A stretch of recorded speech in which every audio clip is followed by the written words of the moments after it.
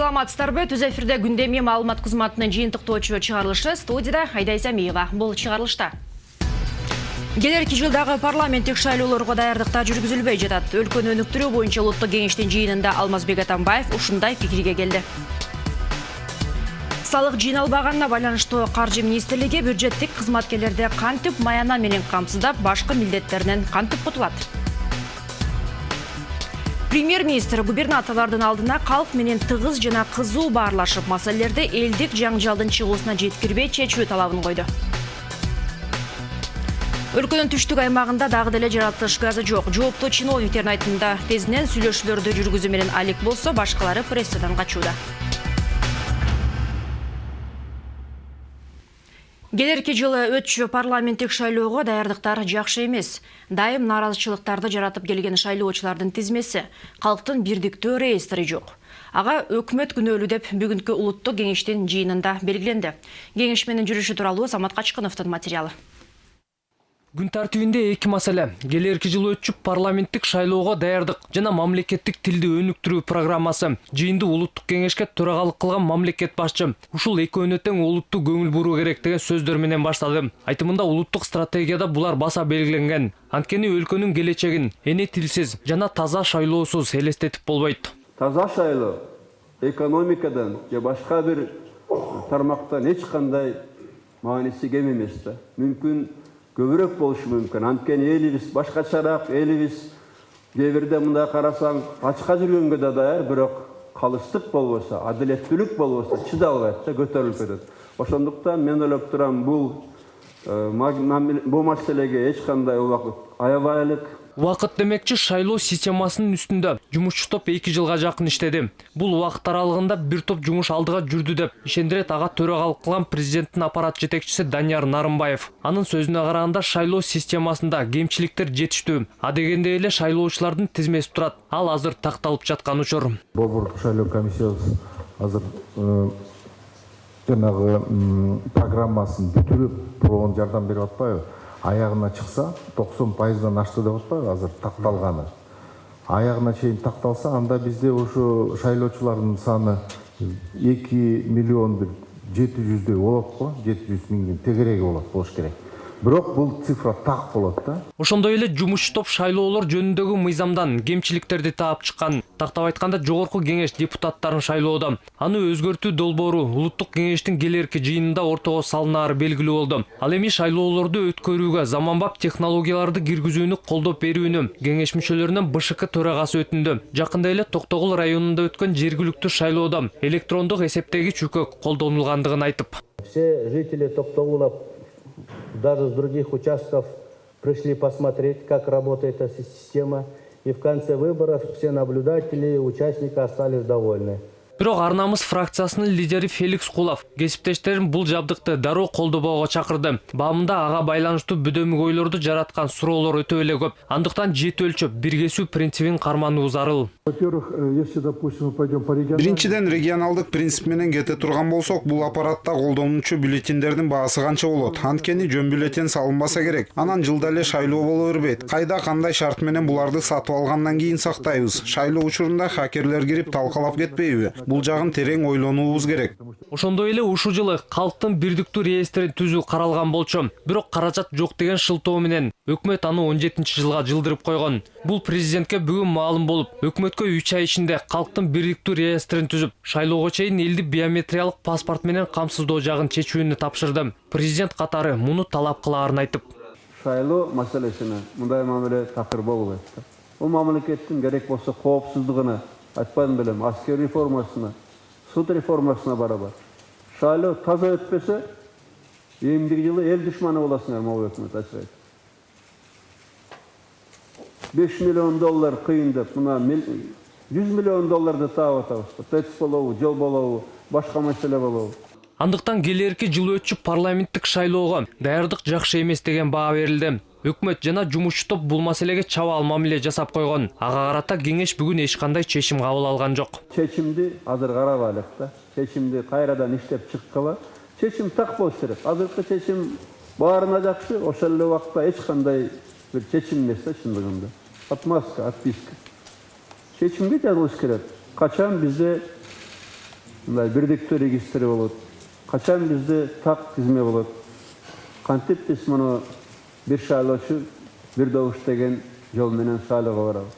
Улуттук кеңештин кийинки отурумунда дал ушул маселе кайра ортого салынмай болду. Кеңеш мүчөлөрү бирдиктүү чечимди ошондо кабыл алууну чечишти.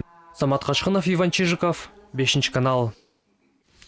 Ал ортодо жогорку кеңештин өзүндө келе жаткан шайлоого кызуу даярдык көрүлүүдө. Депутаттык топтордун өкүлдөрү башка партиялар менен биригүүгө, ал эми башкаруучу альянстын мүчөлөрү тескерисинче фракциялардан чыгып кетүүгө даяр. Алардын бири ар намысчы Турсунбай Бакир уулу. Эл өкүлү кийинки шайлоого өзүнүн эрк партиясынын курамында катышу тууралуу пландары менен бөлүштү. Парламенттин 6-чакырылышы кандай тартип менен шайланат? Кабарчыбыз Жибек Бигалиева изилдеп көрдү. Арнамыз фракциясынын тизмесине эмдиги шайлоодо Бакир уулу Турсунбай кирбечидей. 2015-жылы өтө турган парламенттик шайлоого депутат өзүнүн эрк партиясы менен катышууга даярдык көрүүдө. Мурда түзүлгөн саясий партияларда, анан жаңы түзүлгөн саясий партияларда иштерин баштады. Бүгүнкү күнү шаар болобу, айыл болобу, ай бир авторитеттүү, абройлуу адам үчүн күрөшүү башталды. Мен ойлойм бул мүмкүн туура эместир, анткени 2010-жылы шайлоодо көрдүк. Бир эле адам же болбосо бир эле топ адамдар бир тобу бир нече партияларга бир мезгилде иштеди. Мен айтышым керек, бүгүнкү күнү шайлоону бизнеске айлантырып алгандар аферисттер көп. Өз лидеринин аркасынан Арнамыз фракциясынан эрк партиянын мүчөлөрү Эристина Кочкарова жана Нуркамил Мадалиев да кетүүгө дилгир. Үчөө тең башка партияга кирүү мүмкүнчүлүгүнөн баш тартышпайт. Келечектеги тарапташтарды азыртан издешүүдө. Айтор кесиптештери дагы шайлоого даярдыкты азыртан көрүшүүдө. Популисттик мыйзамдардын саны көбөйдү. Ал мүмкүн өтпөйт. Бирок өтпөсө да ушу кийин элге көрсөтүү үчүн мына мен ушундай сонун мыйзамдар иштеп чыктым, бирок мал акмак келеси болор колдобой коюшту деп ушу мыйзамдарды алып чыкканды аракет кылышып атат да. Мен ойлойм аларды эл өзү билип алат. Бирок көпчүлүк депутаттар жарандар менен түздөн түз маектешүүнү тандашат. Учурда Мирлан Бакировдун бир канча партиялашы аймактарды кыдырып, шайлоочулардын көңүлдөрүн алуу менен алек. Жалпы шаардык шайлоого катышкан жерлерде утушка ээ болуп келатабыз. Кечээ эле Токтогул районунда дагы катыштык. Өнүгүү прогресс партиясы албетте шайлоого катышат 2015-жылы. Биз ошого даярдык көрүп атабыз бүгүнкү күндө. Келе жаткан шайлоого Өнүгүү партиясы Мелис Мырзакматовдун Улуттар биримдиги партиясы менен биригип катышмакчы. Эки уюм тең шайлоочулардын аймактык көз караштарына таяна турганы шексиз. Талапкерлерди пропорционалдык ыкма менен тандоону көздөгөн мыйзамды учурда Бакиров даярдоодо. Ар бир округтун өзүнүн шайлоочунун санына карап туруп квота берилет. Квотанын негизинде ар бир партия ошонго ылайык кандидаттар көргөзө алат. Мындайча айтканда шайлоочуга мүмкүндүк болот бир эле мезгилде партияга дагы ошол партиянын тизмесиндеги шайлоочуларга дагы өзүнүн баягы оюн билдиргенге. Мындайда аймакчыл партиялардын жогорку кеңешке өтүп кетүү мүмкүнчүлүктөрү кыйла жогорулайт. Ошол эле арада мандаттарды аймактар арасында бөлүштүрүү ыкманы парламенттик фракциялардын лидерлери да сунуштоодо. Көптөгөн шайлоочулар тигил же бул региондорго конкреттүү депутаттар же депутаттардын конкреттүү тобу тийиштүү эмес экендигине даттанып келип атышат. Аны баарыбыз угабыз. Алар парламент өздөрүнүн түздөн түз өкүлдөрү жок деп эсептешет жана кайсы депутатка кайрылууну биле алышпагандыгын айтышат. Экинчиден, регионалдык квота сакталган жок деген көптөгөн пикирлер бар. Текебаев сунуштаган документ шайлоо тууралуу бир канча мыйзамдын макулдашылган варианты. Ошол эле учурда өз долбоорлорун башка депутаттар сунушташмакчы. Арасынан эң адилеттүү жана ачык айкыны парламентте каралат. Мыйзамды кабыл алууга болгону 12 ай бар. Конституцияда шайлоо тууралуу норманы эң кеч шайлоого 1 жылдан кем эмес мөөнөт калганда өзгөртүүгө жол берилет. Жибек Бегалиева, Азамат Иманкожоев, 5 канал.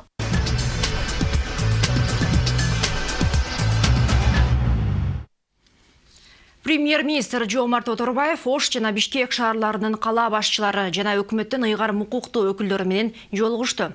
Өкмөт башчы 5 күндүк мөөнөттө ыйгарым укуктуу өкүлчүлүктөрдүн жана Бишкек Ош шаарларынын мэрлеринин иш-чараларынын мерчемдерин даярдоону тапшырды. Жолугушууда өлкөнүн премьер-министри өз пландары менен 4 вице-премьер-министрлердин мерчемдери жөнүндө кабарлап, жакын арада Кыргызстандын аймактарына барып көйгөйлүү маселелерин жеринде чече тургандыктарын маалымдады.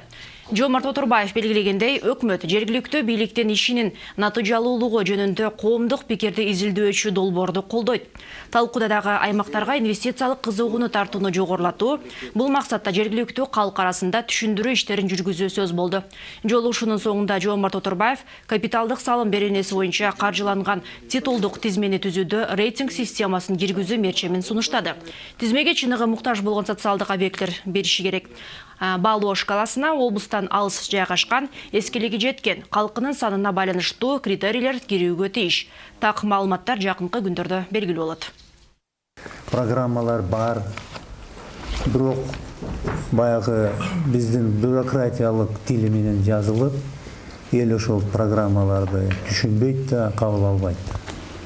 Ошон үчүн мен өткөн жумада ар бир министрине, ар бир ведомство жетекчисине тапшырма бердим. Ар бир министр жөнөкөй сөз менен, жеткиликтүү, ачык айкын сөз менен өзүнүн программасын жазыш керек.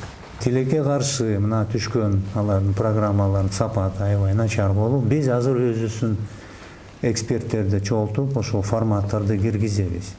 Ошо ал бир министр өзүнүн баягы кабинетинде эртең менен ошол программаны караш керек. Канча кадам, кайсы убакыттын ичинде ошол кадамды алып ишке бүтүрүп көрүш керек.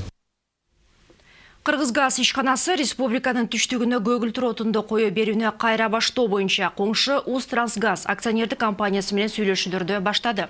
Бул туурасында Кыргызгаздын пресс кызматы билдирет. Сүйлөшүүлөрдүн жыйынтыгы жакын арада белгилүү болот деп айтылат билдирүүдө. Эске салсам, Кыргызгаздын Узтрансгаз ишканалары ортосундагы келишимдин мөөнөтү бүткөндүгүнө байланыштуу Өзбекстан Кыргызстан түштүгүнө жаратылыш газын жиберүүнү токтоткон. Бюджеттик жылдын биринчи чейрегинин жыйынтыгы көңүл жубатарлык эмес. Мамлекеттик бюджеттин киреше бөлүгүн аткаруу 95%га ишке ашты. Тагыраак айтканда 1 миллиард 400 миллион сом чогулбай калган. Күн мурун эле каржы министри Ольга Лаврова киреше базасы олку-солку болуп турганын, бул өз кезегинде төлөмдөрдү жүргүзүүгө таасир этерин билдирген. Бюджеттин киреше бөлүгүн аткарууга эмне тоскоолдук болгонун атка минерлер кандайча түшүндүрүүдө Аскат Алагөзов айтып берет.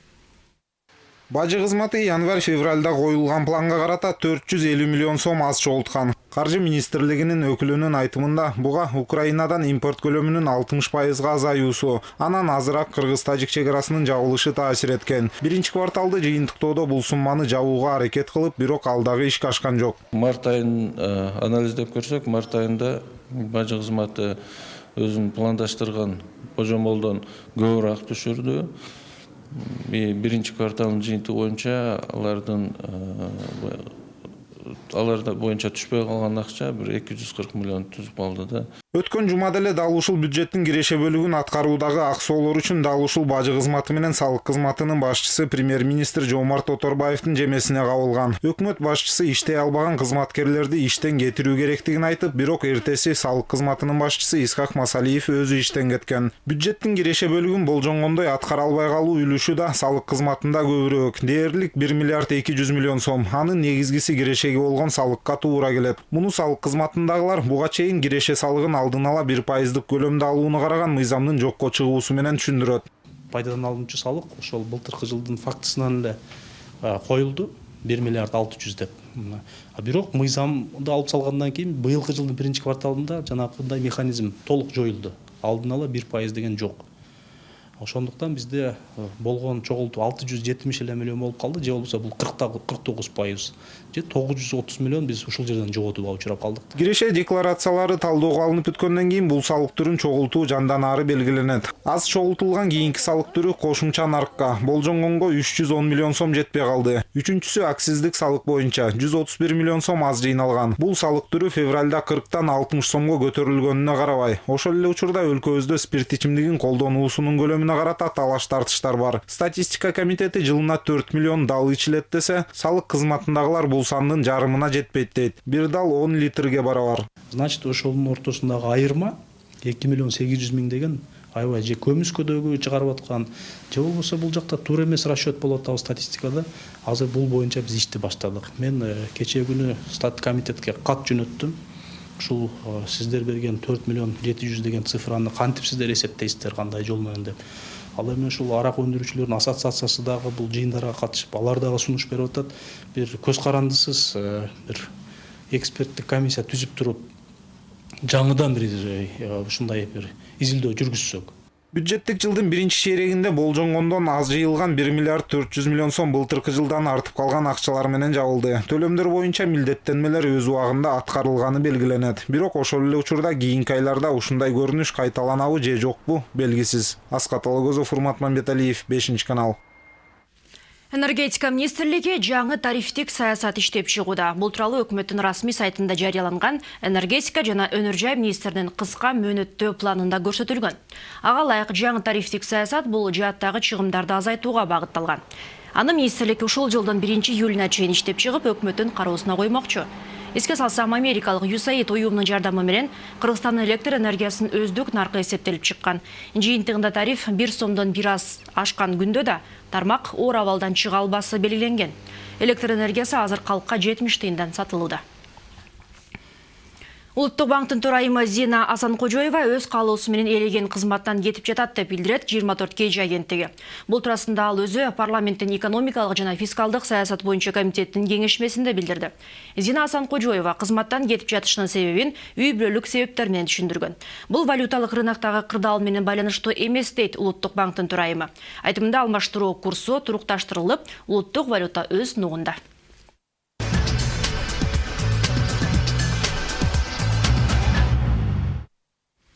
Жалал Абад облусунда автокырсыкта каза болгон милиция кызматкерлеринин үй бүлөлөрүнө материалдык жардам көрсөтүлдү.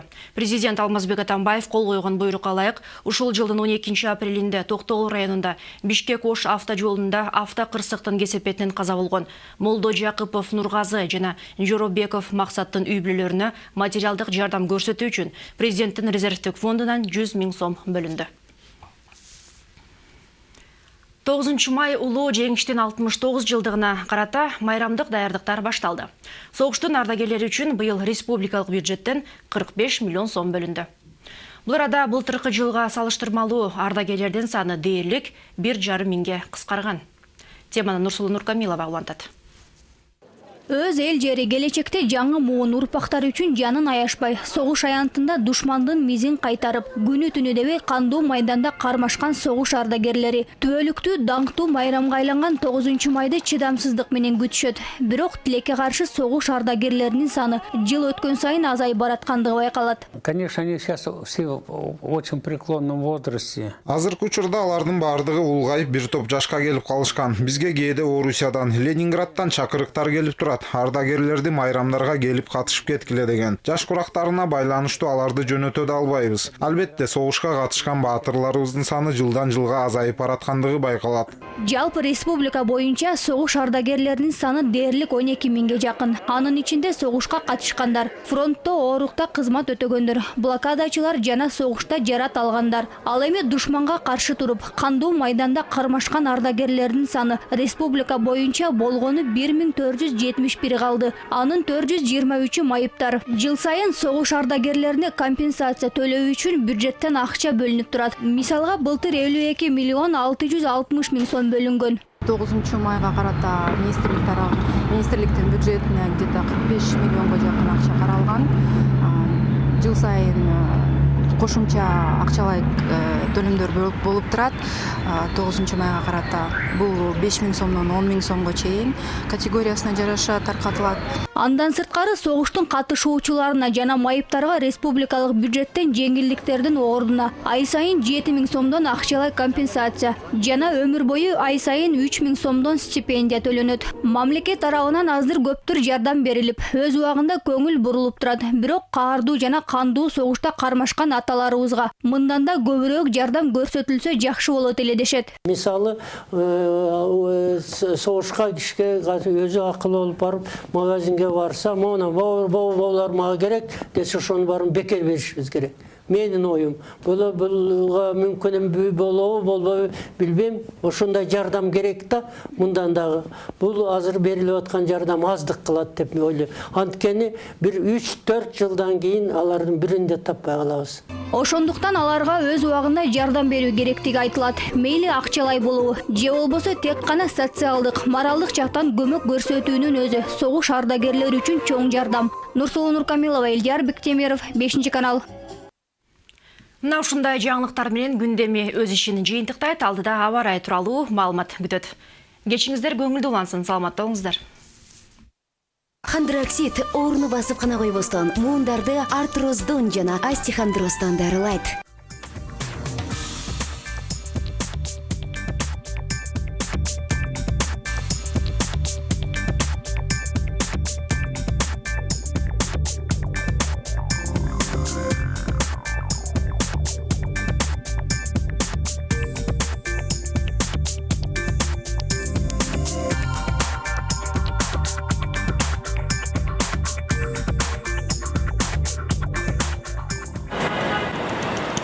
Кайнаган шаарда, жумуш кычап турганда, муундар ооруп, жаныңды койбой оорутса, достордон калып, өзүңдү өзүң кыйнала. Хондроксид орну басып гана койбостон, муундарды артроздон жана остеохондростон дарылайт. Аркаң ооруп чыдатпай, колу бутуң сыздатат.